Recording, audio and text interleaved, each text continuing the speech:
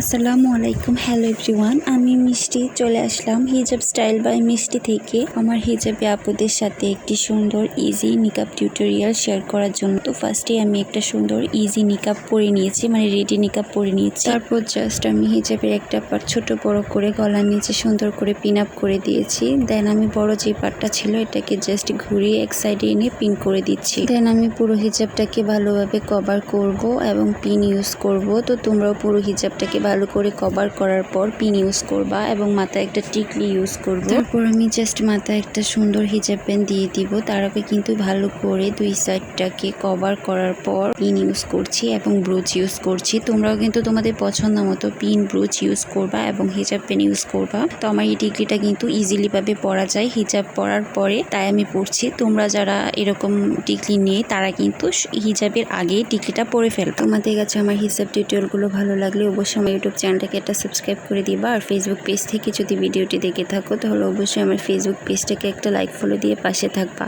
আর ভিডিওটি ভালো লাগলে অবশ্যই শেয়ার করে অন্যদের দেখার সুযোগ করে দিবা। আর আজকের টিউটোরিয়ালটা কেমন হয়েছে অবশ্যই কমেন্ট সেকশনে কমেন্টস করে জানিয়ে দিতে। ধন্যবাদ সবাইকে যারা এতক্ষণ পুরো ভিডিওটা ওয়াচ করেছো।